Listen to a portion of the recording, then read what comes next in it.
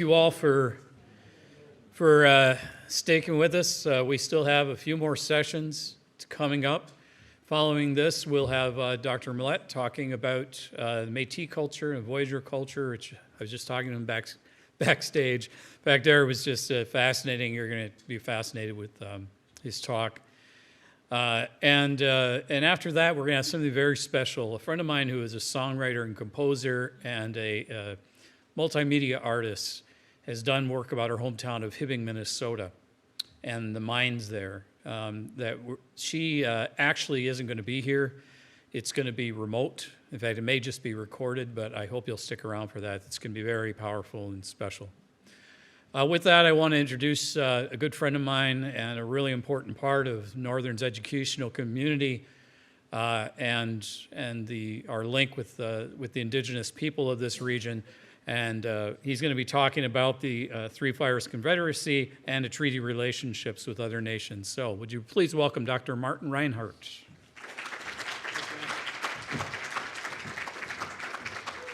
Oh, bonjour. Wabanang Meshe Kiak Kiak Dijinakas. Okay, I'm just going to use that map that Brian used earlier. Bawa Ting Don Jaba, Ajajak and Dodam, Anishinaabe Ojibwe and Da'ao, Kichen Mebne Zibing, Da Ding, Mompi. My name is Marty Reinhardt. My family is Anishinaabe Ojibwe. We're Crane Clan. I grew up on this side of the U.S.-Canadian border as part of the Sault Ste. Marie tribe of Chippewa Indians. And my mom and her dad are from the Garden River First Nation, Gitagan ZB, over in Ontario. So my grandmother was Sugar Island Sault Ste. Marie band, and my grandfather was Gitagan ZB. And I was just telling someone earlier that my grandfather would sneak across that the area between Payment and Garden River. It was only, you could throw a rock across the river. It's that close. But yeah, lots of stories about how he met my gram. So anyway. So my wife and I, we are both Anishinaabe Ojibwe. We have two daughters, Niminongos and Bidaban, and they are both graduates from here, NMU, and have gone on and gotten their master's degrees, both of them. Hard to believe that they're that old now. They came here, we came here to NMU, they were both little. So today, I'm going to be talking about treaty relations. I hope you like the drawing on the title slide. That's an eagle feather, if you hadn't picked up on that. Eagle feathers represent a lot of things in our culture. One, the most important things, I think, is that it represents thinking the highest thought. And that's a really good thing to keep in mind as you're learning all of these things.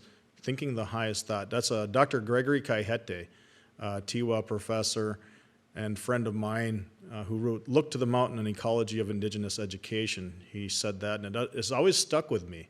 You know, thinking the highest thought is represented by an eagle feather. So here's a picture of an old white guy. This is W.I. Thomas. He's an American sociologist from back in the 1920s. And he said, if we define situations as real, they're real in their consequences. If you take my classes here at NMU, that's one of the first things we talk about in my classes, because so much of what we learn about American Indian people is based on our commonly held beliefs. We get so much from the media, so much that we then extrapolate, and there's really no basis in history for. A lot of it's stereotypical, biased, racist, whatever, common knowledge. And so it's really important to set the record straight what we do know. Here's a old Indian guy who is known as pretty much the great-grandfather of Native American studies, Vine Deloria. Vine Deloria had a perspective on treaties. It says the best way to restore dignity to the tribes is to fulfill the original promises made in tribes in the treaties and agreements of former years. Said that back in the 1970s when they were doing the Trail of Broken Treaties. You guys remember the Trail of Broken Treaties? Again, in 1999, he says, the treaty process is viable, remains the most appropriate, most fair, and certainly the clearest manner in which to identify and demarcate the rights of tribal nations. I almost met him when I went to Denver. I was in Colorado, almost met him. In fact, I was scheduled to go visit with him, and then he passed on. It was quite rude. Yeah. Lewis Cass fought against Indians in the War of 1812. He was a slave owner and a leading spokesperson, if you guys know from watching the previous presentations today, a leading spokesperson for the doctrine of popular sovereignty regarding slavery and states' rights. He negotiated 20 treaties while he served as the governor of the Michigan Territory. And after he resigned as governor, he accepted his appointment as Secretary of War under Jackson, the Indian killer. Remember, President Jackson, Indian killer, was his nickname. As Secretary of War, he implemented Jackson's policy of Indian removal. He advocated for moving all tribes west of the Mississippi River.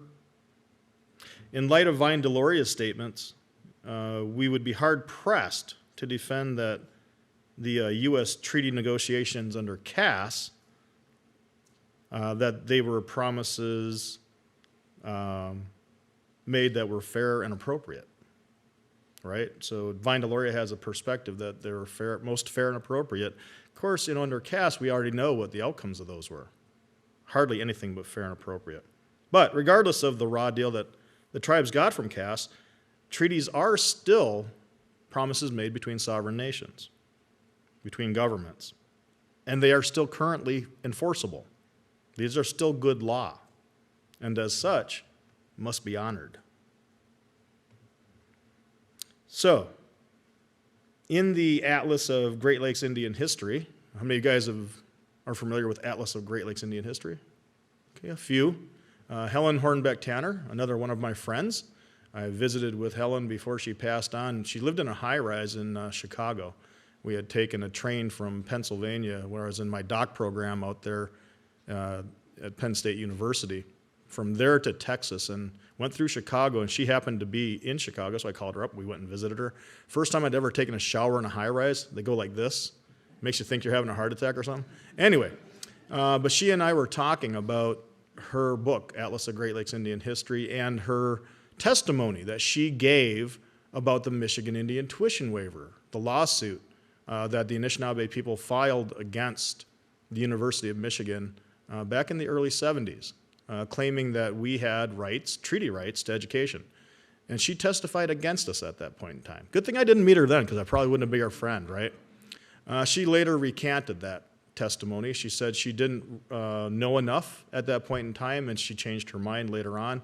Of course, that didn't help our situation, but by then we already had the Michigan Indian tuition waiver. But she said that had she been able to go back, she would have tried to right a wrong from her own testimony. Anyway, according to Tanner, indigenous people that have played a significant role in the pre-colonial history, of the Great Lakes region include three classes: the resident people, refugees, principally from the Atlantic seaboard, and temporary allies or opponents coming from the area south or west of the Great Lakes. She explains that indigenous people with traditional homelands in the Great Lakes region include the Haudenosaunee, including Mohawk, Oneida, Onondaga, Cayuga, and Seneca, Huron, Wyandot, Anishinaabe, Ojibwe, Odawa, and Potawatomi, Menominee, Dakota, Meskwaki, Sauk, Ho-Chunk, Kickapoo, Mascoutin, Miami, and Shawnee. That's who those three classes, or the residents, are composed of. This is a subsistence pattern map from the Atlas of Great Lakes Indian History. It shows the abundance of indigenous plants and animals that were located in our homelands in a pre-colonial context. Notice the manumin, or the wild rice, in the upper Great Lakes region. Notice the moose. Notice the wawash kashik, or the deer, the gigok, or fish, the mondamin, or corn, and the ishkode bijiki, the bison. A lot of people don't realize we had bison here in the Great Lakes region. They're woodlands bison. Not like Circle K Ranch over in Rudyard, but they still taste good. There's some ambiguity in identity. Some folks were talking about identity earlier. When we're talking about Anishinaabe, it could really mean Ojibwe, spelled many possible ways: Ojibwe, Ojibwe, Ojibwa, Chippewa, Ochipwe, Chipwayne. So there's a number of ways people say our name. Odawa includes Odawe, Ottawa, and Potawatomi has been spelled Bodawatomi, Potawatomi with a Y. There's a number of ways people misspell our names throughout history because we didn't have the same spelling method as people currently use. But given the federal acknowledgement process and the Indian Reorganization Act processes that were set forth, we can also be referred to as the Sault Ste. Marie Tribe of Chippewa Indians, or the White Earth Nation, or the Nottawasepi Huron Band of Potawatomi. So there's a number of ways that people understand us, but what's most important is that how we understand ourselves. I ask my students at the beginning of each semester, what does Aboriginal, Indigenous, Native, North American, Indian, Tribal, First Nation have in common? What do you think? What do they have in common? Names that we've been called by others than ourselves. They all pretty much mean the same thing, and you know, some people take offense at one or the other. It really doesn't bother me that much unless they say it in a mean way, right? But yeah, it's best when if we know about people, to use the terms that are mostly related to them, what they call themselves. It's also very important for treaties, because the more specific we can be, the more we understand the content of treaties. By the way, if you go to France, don't call French people Europeans. Yo, what's up, Europeans? Because they're not going to take, they will take offense to that. So just to give you an idea. There are 12 federally recognized tribes here in Michigan. You can see on the map where the headquarters are. Here in the Upper Peninsula, we have 5 tribes. My tribe, the Sault Ste. Marie Tribe of Chippewa Indians, we have a 7-county service area that stretches from Sault Ste. Marie here to Marquette and down to Anishinaabe. We have 5 casinos. We are not a per capita tribe, meaning we don't get per capita distributions from our casinos, although we do have an elders fund, and in 5 years I'll be eligible. So it's like $500 a year for Christmas presents. There are some tribes in Michigan that are not among the tribes listed as currently federally recognized. These tribes may be at various stages in the process of applying for status. Some of the tribal citizens may have been integrated into other local tribes by the tribes or the federal government. Examples include the Grand River Bands of Ottawa Indians, the Burt Lake Band, Swan Creek and Black River Bands. All of their citizens have treaty rights, but they may run into a lot of issues when trying to exercise them. The Grand River Band of Ottawa Indians recently received notification that the Interior Department, who Brian Newland works for earlier here, found against their acknowledgement. In lieu of the findings, Representative Hillary Schulten and John Molinar, both Michigan Democrat and Republican, bipartisan, introduced legislation called the Grand River Bands of Ottawa Indians Restoration Act. Hopefully that happens. Some of our students who have come through Northern are citizens of that band, and they're still not federally recognized after 30 years of trying to work on that. They are treaty signatory people, so why not? It's also important to realize that, under federal Indian law, a tribe is seen as the entity to sign treaties, right? But a tribe does not have to be federally recognized to benefit from a treaty. So all of their citizens can and should go out and exercise their treaty rights, but they might get arrested, have their stuff impounded, and then sit some time in jail or whatever, even though they have treaty rights. That's the problem. I found out that through suing the state of Michigan and Enbridge and Graymont Mining, a couple of court cases over in the eastern UP where I have treaty rights, Graymont Mining and Enbridge have done activities in our area where they are destroying our treaty fishery and our treaty hunting areas, our gathering areas, our rights as individual tribal citizens.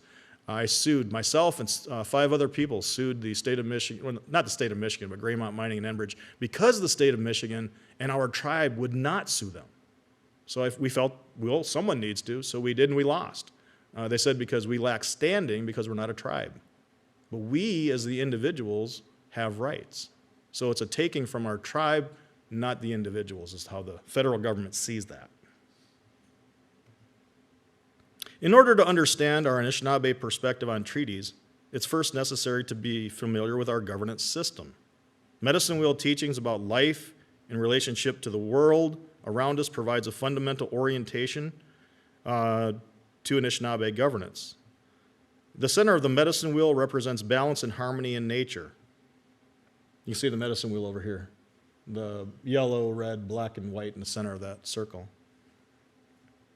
Everything begins in the East. Life cycles, days, years, relations, etc. If you turn a medicine wheel on its side, you can see that it's a spiral through time of multiple generations or iterations. The 7 grandfathers, those things surrounding the medicine wheel there, provide us with a way to remain as healthy as we can be in our relations.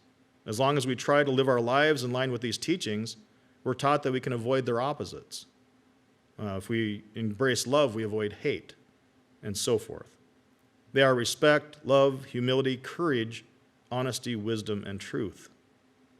Besides the medicine wheel teachings and the 7 grandfathers, the fundamental teachings of our culture, the Anishinaabe also structured our relations around totem or clans. These clans had specific responsibilities and were always accountable to the larger nation. In fact, each clan was joined by 2 other clans in a system of checks and balances. These triads guaranteed that when there was conflict between 2 clans, it would be resolved by a 3rd. Among these triads was the leadership clans of Crane, Loon, and Fish. Crane was responsible for external governance matters. Loon was responsible for internal governance. And Fish Clan, also sometimes referred to as Turtle Clan, was responsible for resolving any conflict between those 2 clans.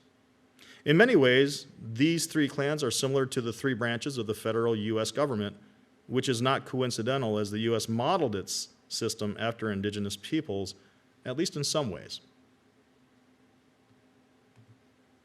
So, our first treaty.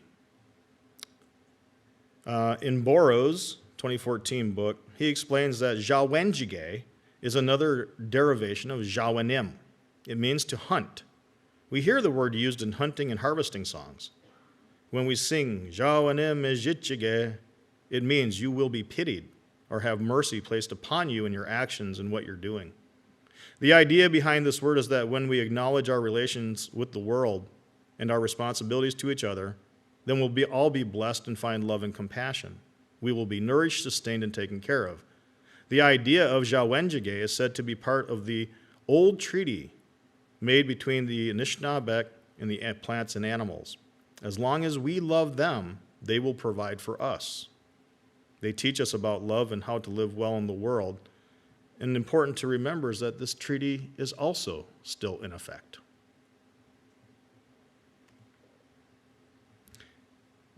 We also have examples of treaties made between the Anishinaabe and other tribes. According to Williams, the Anishinaabe made a wampum treaty of peace with the Haudenosaunee in 1701 that's called the dish with one spoon. It's interesting, we were over at Tina, my wife and I, we went to visit our daughter when she was at SUNY ESF over in Syracuse, New York, going to school. And my daughter knew we were coming to town. She told her professors, and one of her professors, Neil, I can't remember his last name at the moment, but invited us to go to lunch after we did a guest presentation in their class about indigenous foods. So we got done, we went down the hall, and we sat down, and he brought us beaver tail soup. And I was like, wow, I've never had beaver tail soup before. He said, well, this is a special lunch because we know that you are someone who studies food, indigenous foods, and we wanted to honor the historic relationship between the Haudenosaunee and the Anishinaabe by providing this meal. This was the meal for that treaty, the dish with one spoon treaty. So it was a real honor. It was really nice to be part of that and to have that be part of our visit there. According to Warren, the Anishinaabe also made a similar treaty with the Dakota in around 1695, in which we agreed to gather annually to smoke a pipe of peace and to visit one another during hunting seasons. It was agreed that we would allow each other to hunt in our shared territories without violence. These treaties are still in effect. According to Corbière, the Anishinaabe treaty process was principally an orally based practice that utilized material objects as mnemonic devices. Once a treaty was established, it had to be renewed, often annually, around a council fire. We also had treaties with other foreign colonial nations other than the United States. According to Corbière, you can see the silver covenant chain wampum there on the screen, along with the silver medal that went along with that. These were some of those mnemonic devices that were associated with the Treaty of Niagara of 1764. This is the foundational treaty between the Anishinaabe Three Fires Confederacy and the British. So this is our foundational relationship because of the United States being a fledgling country from Great Britain and the United States following British common law. We consider this our foundational treaty with the United States. So even though it predates the formation of the United States, we still see this as our foundational treaty with the United States. Interesting, I was looking at the Central Michigan University website on treaties. I worked at Central Michigan University back from 1994 to 1998 when I was doing my master's thesis on the pre-legislative history of the Michigan Indian Tuition Waiver, which I concluded was treaty-based. And on their website, they use a lot of this material from my thesis in the website. But on there also, they have this section about treaty medallions.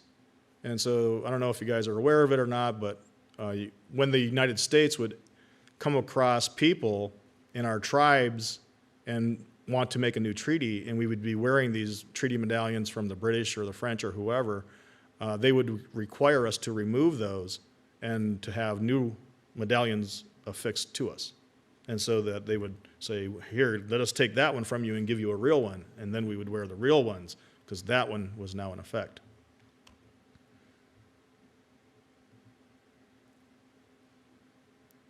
We'll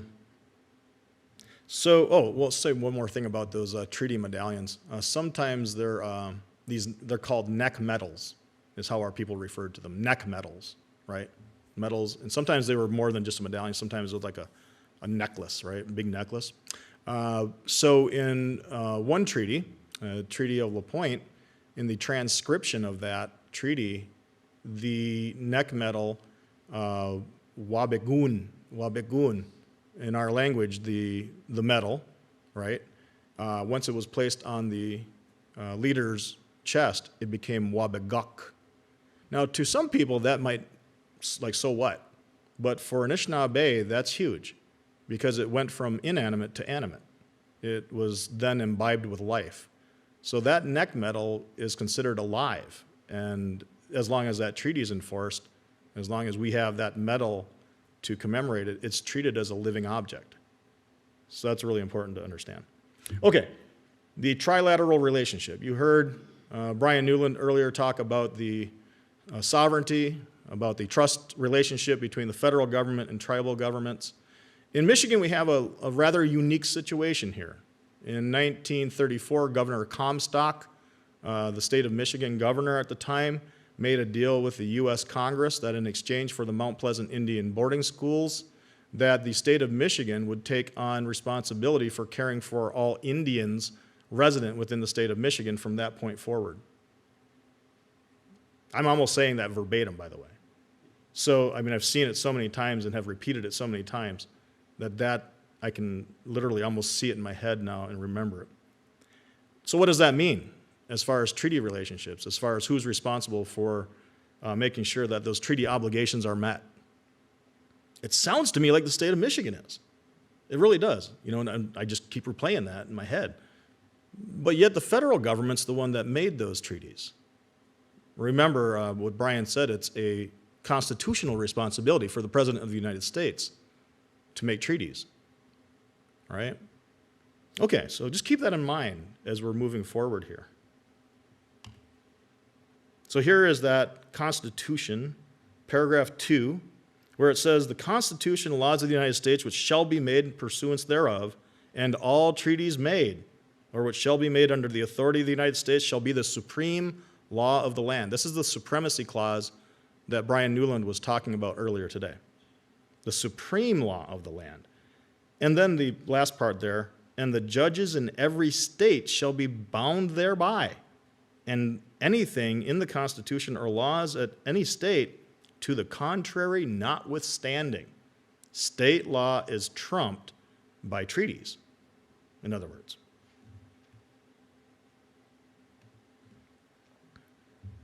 This is the Treaty of 1836, an artist's illustration of the Treaty of 1836 at Cedar Point.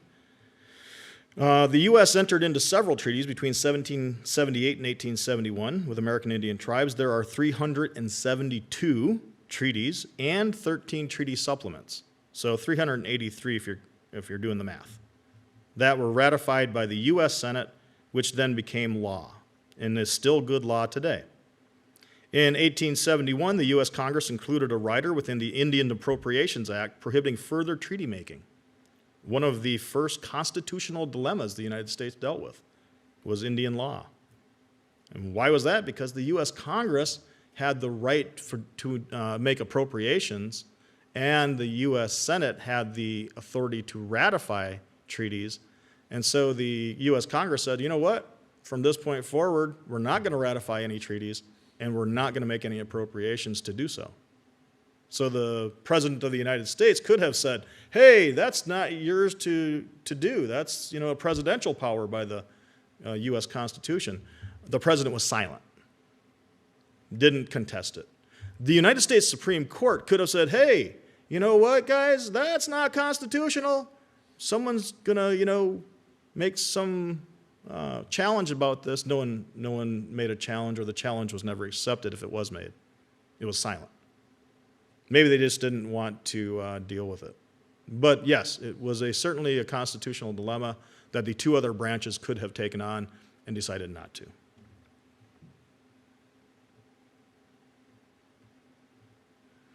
Important to that rider on the Indian Appropriations Act, it does say within there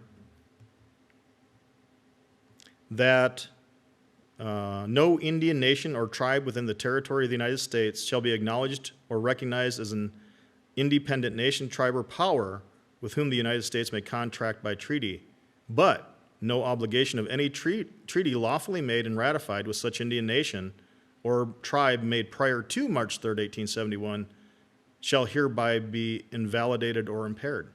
So all treaties made prior to that date were still good law.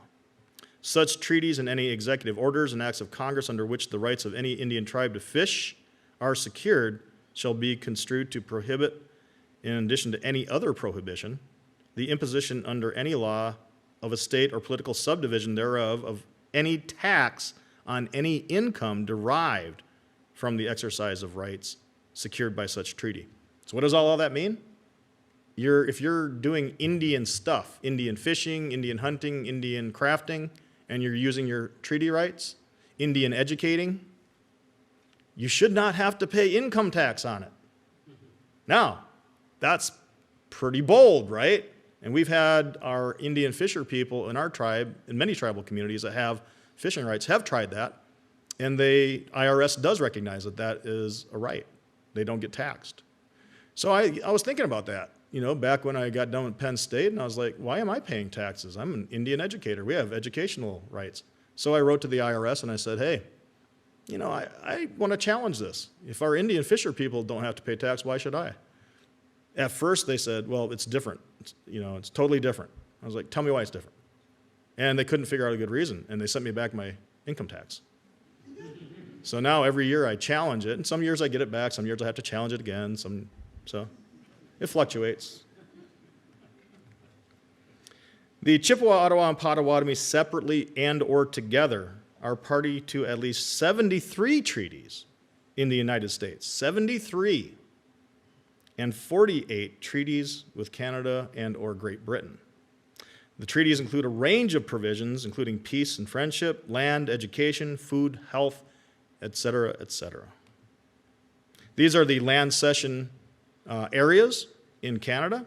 You can see that many of those are within the Great Lakes region and attached to the lands that, of course, were part of the Lewis Cass treaties that he negotiated on behalf of the United States. I'm not going to play this interactive map, but you should go to this website at some point in time and just watch it. Sometimes I'll bring it up on my screen just to watch how it goes from the East Coast across the United States. As it cascades, it shows all of the land cessions that occurred, and by date, you can actually see that They're color-coded, and so it goes through the Great Lakes region. The 13 original colonies on the East Coast are grayed out because those are not U.S. treaties. Those are previous treaties. And, of course, Texas and Louisiana down there as well. But worthy of watching, just for one time at the very least. Specific to Michigan, we have this color-coded map that shows down at number 1 in the bottom right-hand corner, the Treaty of Greenville of 1795. Number 2, the yellow area that encompasses Detroit. And this is the Treaty of Detroit of 1807, another land cession treaty. Number 3, the foot of the rapids, right there down mid-southern state. Saginaw Treaty of 1819, number 4, the blue area. Treaty of 1820, Sault Ste. Marie, up number 5, way up there, up north by the Canadian border. That one is right on top of my family's home. We have Sugar Island and Sault Ste. Marie is where I grew up. And number 5 is something that I invoke every time I go home. Treaty 6, Chicago Treaty of 1821. That's the green area. That's the Pokagon Band, the Huron-Nottawasepi, the Matche-Panachwish. Number 7, Cary Mission, way down the pink area down south there. Chicago Treaty of 1833, that's that little itty-bitty spot in Michigan, much bigger in Indiana and Illinois. Number 9, the one that Brian Newland was talking about earlier, the Treaty of Washington of 1836 with the Ottawa, et cetera. Over 13.5 million acres of land ceded in that largest of all the treaties. The Cedar Point Treaty, which I talked about earlier, of 1836, number 10, down by Escanaba in that area. And then lastly, the Treaty of La Pointe, 1842, number 11, which covers the western half of the Upper Peninsula. Here's that Royce map that Brian Newland showed you earlier. These are created by the Bureau of American Ethnology. This is the land cessions. You can see they're color-coded again.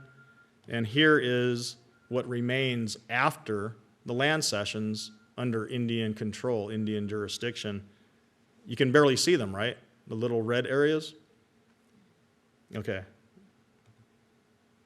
I like doing this too, flipping back and forth, because it really shows exactly what the hell happened here. Here's Wisconsin, treaty ceded territories, the before picture. Here's after. Here's Minnesota before, treaty ceded territories. Here's after. Now, Minnesota has a little bit bigger reservations than we do, but still devastating, right? Okay. What is the difference between all these rights? We have 3 primary differences. Our first that Brian spoke to earlier was the idea of Aboriginal rights. These are the rights we inherit from our Indian ancestors. These come from Anishinaabe. They don't come out of federal Indian law. They don't come from Great Britain, anywhere else. They're right from here. These are reserved rights, unless that are specifically mentioned in treaty or a subsequent federal statute. They're protected as aspects of tribal sovereignty under the U.S. Trust relationship. It's a protectorate relationship that we have established.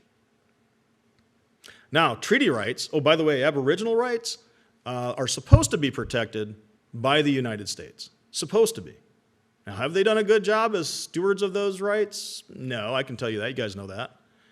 Treaty rights. These are rights that are stipulated for the retention of rights in treaties, that we are going to retain these rights. The United States recognizes it. Some of them stipulate for the removal of a right. And, that's a hard pill to swallow when it's taking rights away from Native people. These are protected under the U.S. Constitution Supremacy Clause, as we've discussed. There should be no doubt about the supremacy of these laws. If we're going to follow our U.S. Constitution and be a nation of laws, which, lately I kind of wonder, what does that even mean in our country? But these are supposed to be protected at the same level as the U.S. Constitution. Lastly is civil rights. You know, Indian people have same civil rights as other U.S. citizens, as other residents of the state of Michigan, as other residents of the city of Marquette or wherever we're living. But we also have additional civil rights. We have the civil rights we enjoy within our tribes. So under the Indian Civil Rights Act, we have certain rights within our tribe that maybe non-Native people don't have. So we have additional civil rights. Plus, we also have over 500 laws pertaining to Indian people in federal law that may go beyond what civil rights other people in the United States enjoy. Way too complex to get into today. But let's focus on how the U.S. Supreme Court is supposed to think about our treaty rights if they become cases, because ultimately they will. They are supposed to use the canons of treaty construction. This is their litmus test for our treaty rights. I like that ambiguity, what happens in vagueness stays in vagueness. That's funny. So ambiguities in treaties must be resolved in favor of Indians. If there is any ambiguous statement within treaties, it is supposed to be resolved in our favor. They must be interpreted as our ancestors, our native ancestors, would have understood them at the time they were written. And then finally, they must be construed liberally in favor of Indians. I have to really explain that one to my students, because when I say liberally, they say, oh, so is it liberal conservative? Is it Democrat Republican? No, it is not. This has nothing to do with Democrats and Republicans. Well, maybe a little bit. But this has more to do with quantity. So if a treaty says the Indians shall receive an annuity for 1 year and as long as Congress may think proper, then, okay, well, how do we determine how long Congress thinks proper? Some people might argue that Congress never thinks proper, right? But no. How does Congress tell the world what Congress thinks? What's their primary action by law that they're supposed to do? Make laws, right? That's how Congress tells the world what they think is proper. So until Congress passes a law that says we are no longer going to afford these Indian nations that annuity should continue on into infinity. That's a liberal perspective that benefits the Indian party. Now, a conservative perspective on that means, hey, you got it 1 year, now we decided we're not going to give it to you, we're just not going to put it in the Appropriations Act. No, that's not specific enough. You can't do that. This is a treaty right. Okay, 1820s. This is one that was negotiated by Lewis Cass. At the Treaty of Negotiations at Fond du Lac, Shingwabo Sin, who had repeatedly suggested he would resist white settlement, rejected efforts on the part of the federal negotiators, Lewis Cass, to change his position. As the conference drew to a close, Shingwabo Sin observed one of the federal government negotiators seated on a tree stump. It might have been Cass, I don't know. Shingwabo Sin made his way to the same stump and sat very close to the negotiator, practically pushing him off the tree. When the negotiator moved to another log, Shingwabo Sin followed him, eventually pushing the negotiator onto the ground. Looking at the man laying in front of him, Shingwabo Sin spoke to him. "There, my father, that's the way you serve your poor red children. The Great Spirit hears me, and I will speak. I came and asked you for a seat on which to rest my limbs. You gave it to me. Not contented with this, I urged you for more until you gave, and I again demanded more until you had none left. Many moons ago, our father crossed the big water, the Atlantic Ocean, and begged of his red children a small piece of land on which he might build his wigwam. It was given him, but not being satisfied, he again asked his red children for more. This was given, and still more, until his red children abandoned their homes and hunting grounds of all their fathers to make way for the white man. Now, when the great chiefs and braves of their nation are at rest, our Father is sending us further west to where the sun sets and sinks into the big lake, the Pacific Ocean." I don't think he was too happy with the negotiator.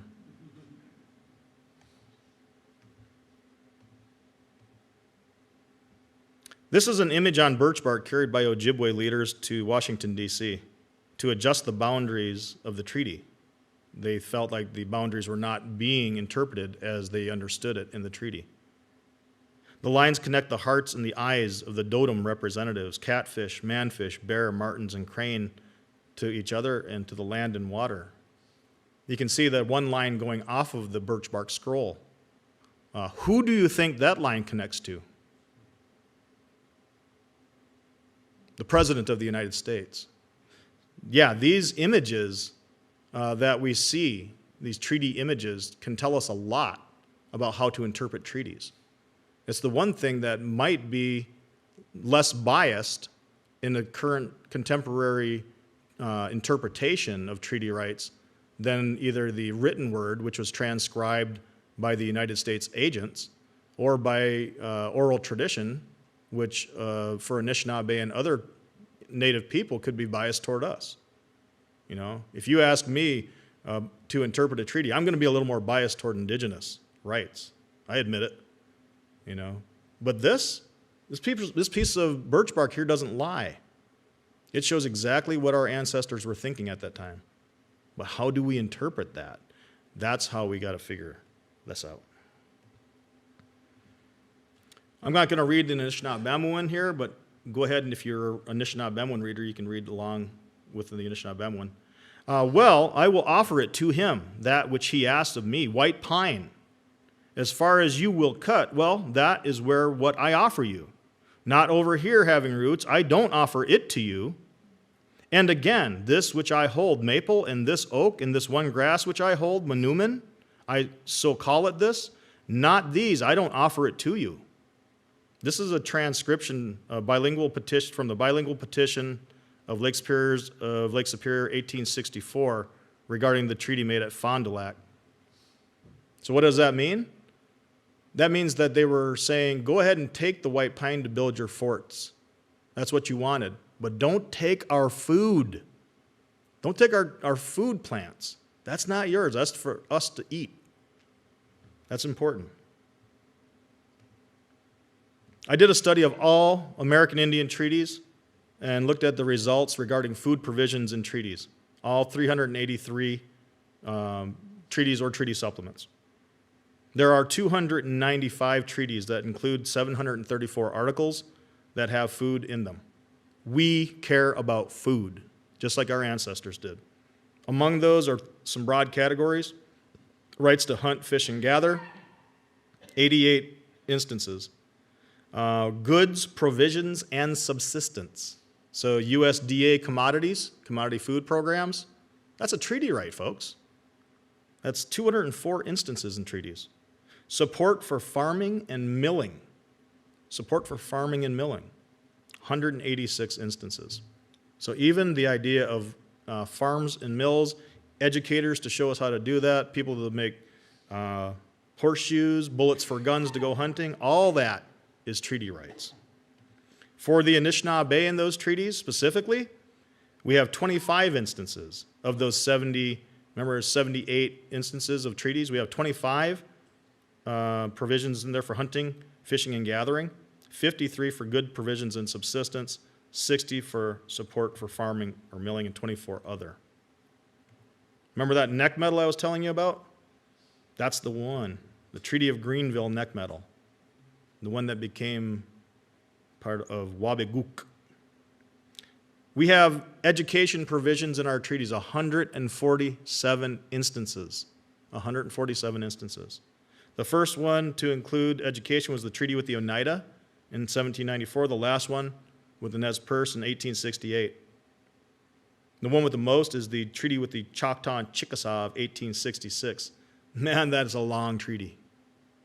By that point in time, they were getting it. The Native people were saying, you know what? We want everything spelled out.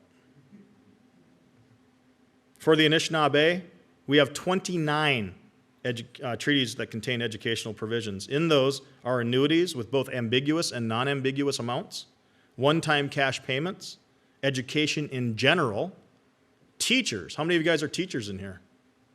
Treaty right, treaty right, treaty right, treaty right, treaty right. Land, Mompi, land, books in our native language. Well, I can tell you that never came true. Ask Judd Sojourn trying to teach Anishinaabe over here. Have to make our own curriculum materials. You know, where's all the books in our language? That's treaty rights. What about tribal control? Tribal control. Yeah. Tribes didn't even have self-governance or self-determination until very recently. And what about Indian preference? Did you guys know that any entity that's on or near a reservation and receives federal funding can invoke an Indian preference? Does Northern Michigan University exist on or near a reservation? It does. Do we get federal funding here? Dan, do you think we get federal funding? Oh, by golly, we do. Could we invoke Indian preference? Okay, what happens to our treaty rights in a changing world? This is from Otkey's thesis about the Iron Range in the Upper Peninsula.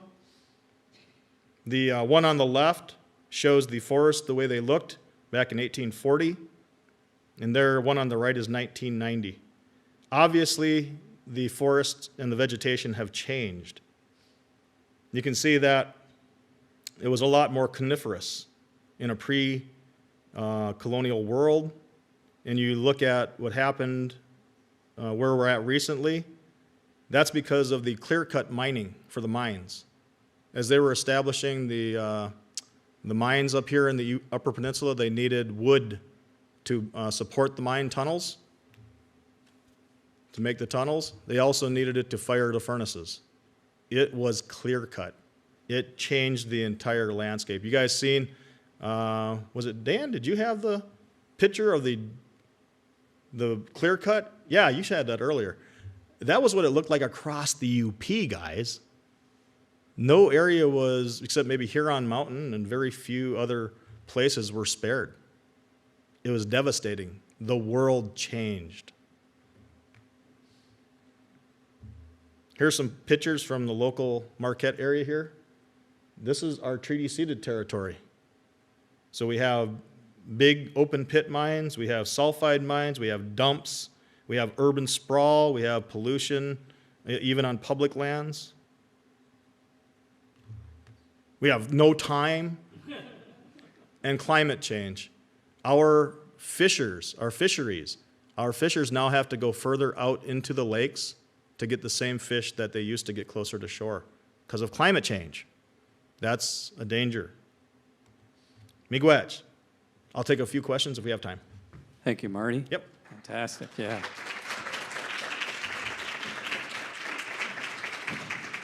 Sue has questions for Marty.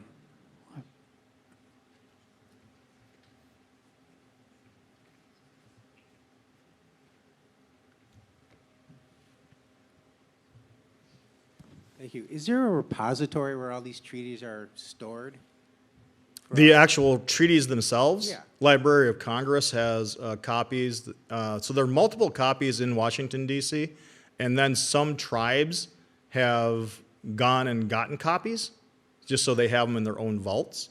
There's also a digital archives at the University of Oklahoma, and that's the one that I use to do my analyses. You can see on the screen here, this is all of the treaties that were signed by the United States and ratified by the U.S. Senate.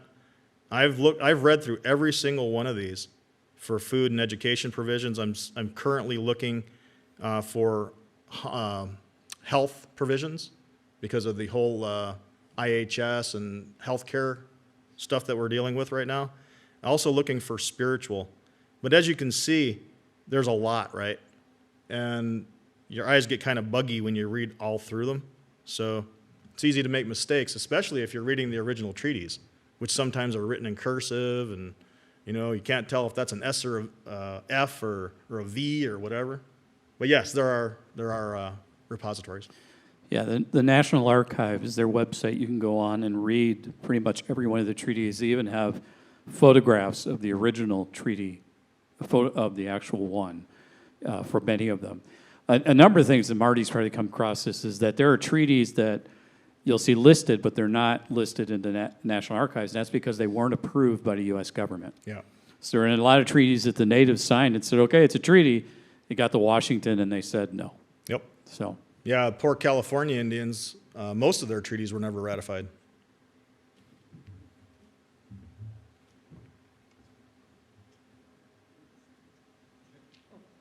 Thank you. What were the primary differences between the way the Canadian government and the U.S. government handled the treaty issues along the borders? Well, actually, it was treaty issues, period. Yeah, one of the main differences is that Canada often waits to see what the U.S. does. So they, U.S. does something to the tribes, the Canada waits to see how everybody reacts, and then they do whatever they're going to do. Now, that being said, it's quite different, right? Because in Canada, the primary population of Canada, most Canadians live below Sault Ste. Marie, right? So Sault Ste. Marie is right here. Most Canadians in Canada live below Sault Ste. Marie across Canada. Toronto, Ottawa, Vancouver. Anyway, most of the populations are southern Canadians, right? So most of the upper Canada is native. So it's a bit different. You can have a Nunavut in Canada, and a native province. We used to have Oklahoma here, but we all know what happened to Oklahoma. That was Indian country. Well, it's no longer Indian country. If you haven't seen Killers of the Flower Moon yet, that's what that's about. Put the Indians on the bad land, not the bad lands, but the bad land, until they find oil. And okay, now get out of the way. We got to have the oil. But yeah, that's Canadian treaties are in many ways like the United States treaties, but again, they're often waited to see what was going to happen. Well, I've got the microphone. Self-determination in Canada seems to have a different meaning than in the United States. And listening to a lot of CBC radio from the territories and the Yukon, I'm almost hopeful that at some point democracy as practiced in the North, will trickle down this way. But yeah, Canada gets a lot of credit undue. Some of the things that we assume about Canada, we think it's just like this really cool environmental place to go where everybody's treating everybody really nice, and they eat a lot of maple syrup and Canadian bacon. It's not like that, guys. Yeah, if you're an Indigenous person in Canada, there's a difference. It's the Canadian Indian Act, which was being constantly challenged. It's different. They treat Indians different in Canada than they do here. Here in the United States, the Bureau of Indian Affairs uses an Indian blood quantum, right? In Canada, it's really based on, at least it used to be based on a very sexist and racist schema anyway. For instance, my mom, who is a citizen of the Garden River First Nation, married an Irish-American person. That makes me gibberish, by the way. And under that, when she married a non-Indian, her children were not going to be seen as eligible for being Indian status in Canada. But my uncle, who married a non-Indian woman and had children, his wife and his children could be Indians in Canada. A non-Indian person could be an Indian where an Indian person could not be Indian. So yeah, Canada's messed up. Don't believe all the hype. They got some issues over there too. Thanks. Another question?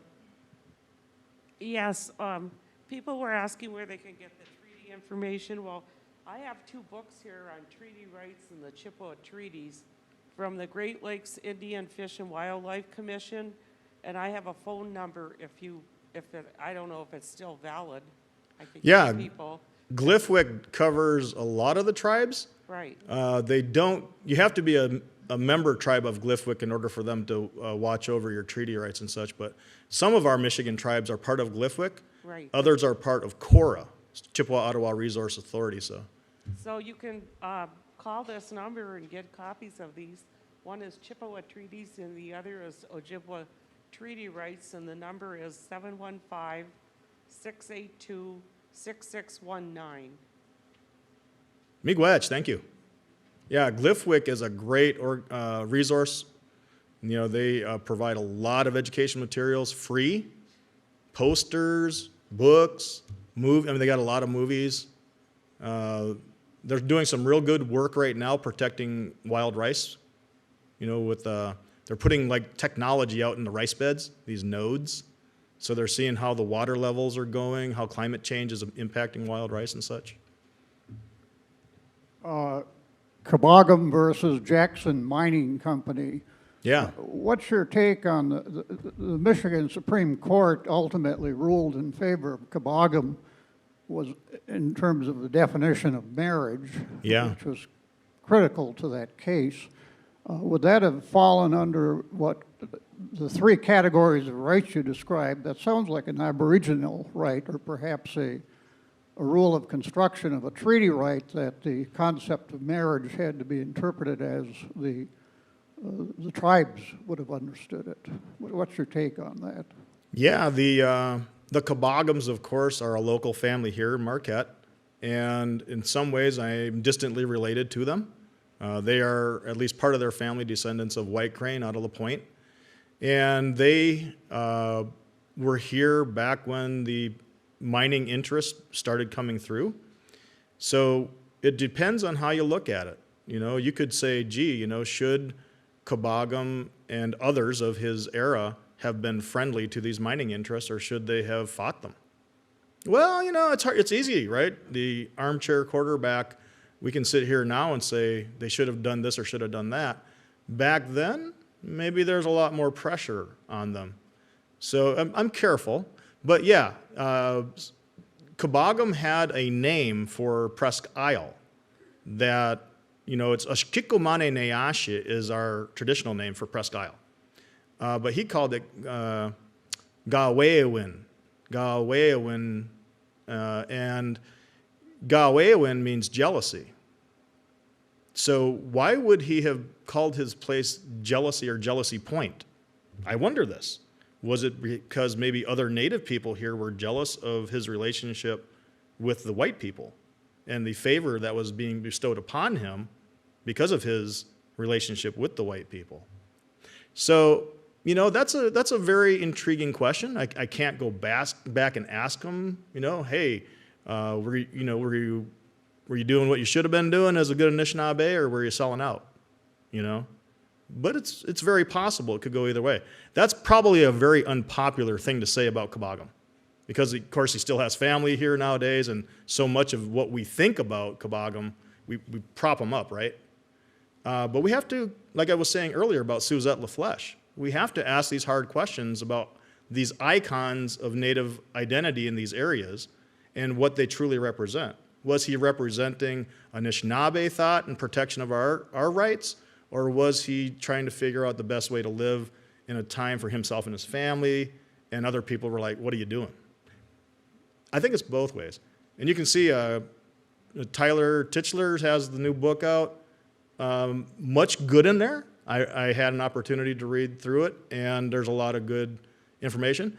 It's also maybe taken some creative freedom on Tyler's part, you know, on some of the places I thought, but for the most part, I think there's some good information there about that relationship. I think I might be going over, Dan, so we've got to keep an eye on the time. We have 4 minutes. Oh, okay. Do you think that, as time goes on, do you think that the Native American culture is being assimilated to a greater extent in our wider American culture? Yeah, so assimilation, right? Assimilation happens in a society naturally. You know, right? So it depends on the type of a society. Now, if you have a circular society, I'm going to get my sociology hat on here, a circular society where different cultural groups come together and they mean to come together voluntarily. Assimilation happens in a good way, right? So, you know, Pink Floyd is brought to the United States, and we love us some Pink Floyd or Beatles, right? That's how assimilation happens in a good way.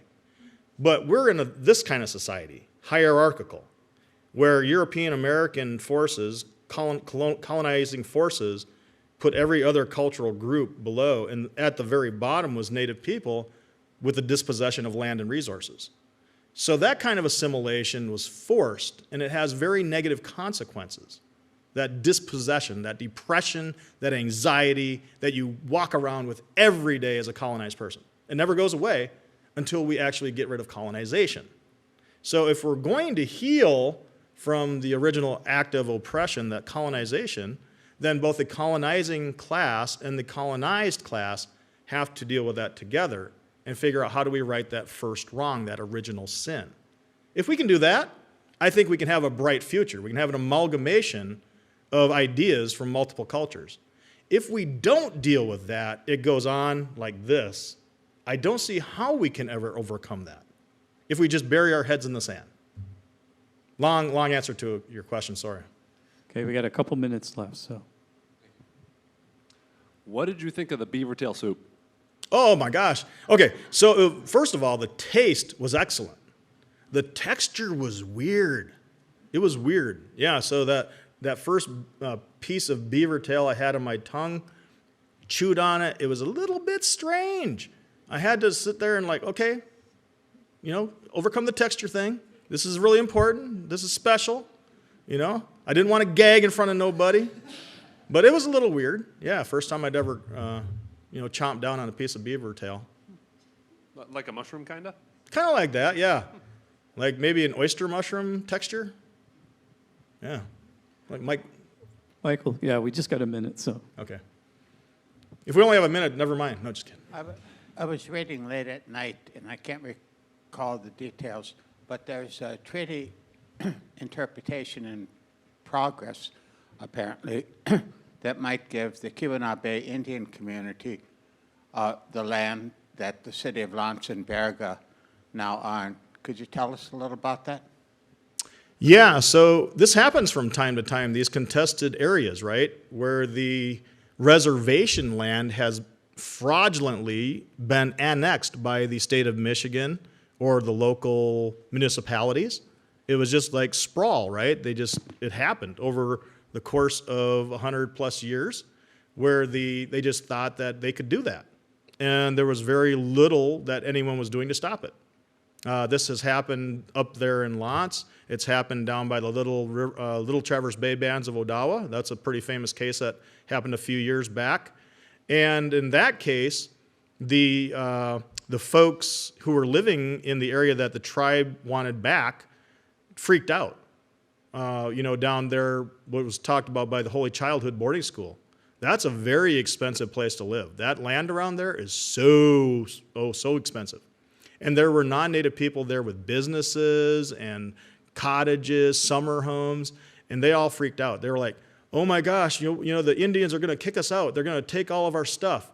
And so they interviewed the tribal chairperson, and the tribal chairperson said, I don't know where they're getting these ideas, but all we want is to reestablish the reservation boundary so that we can invoke the Indian Child Welfare Act appropriately to protect the future of our children. So jurisdictionally, we just want our rights. We ain't kicking no one out.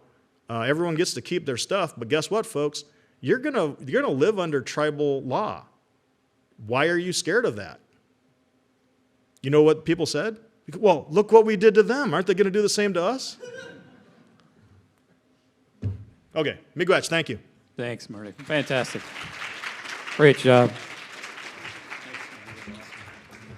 All right, we're going to get Sebastian up here and move on to the next presentation.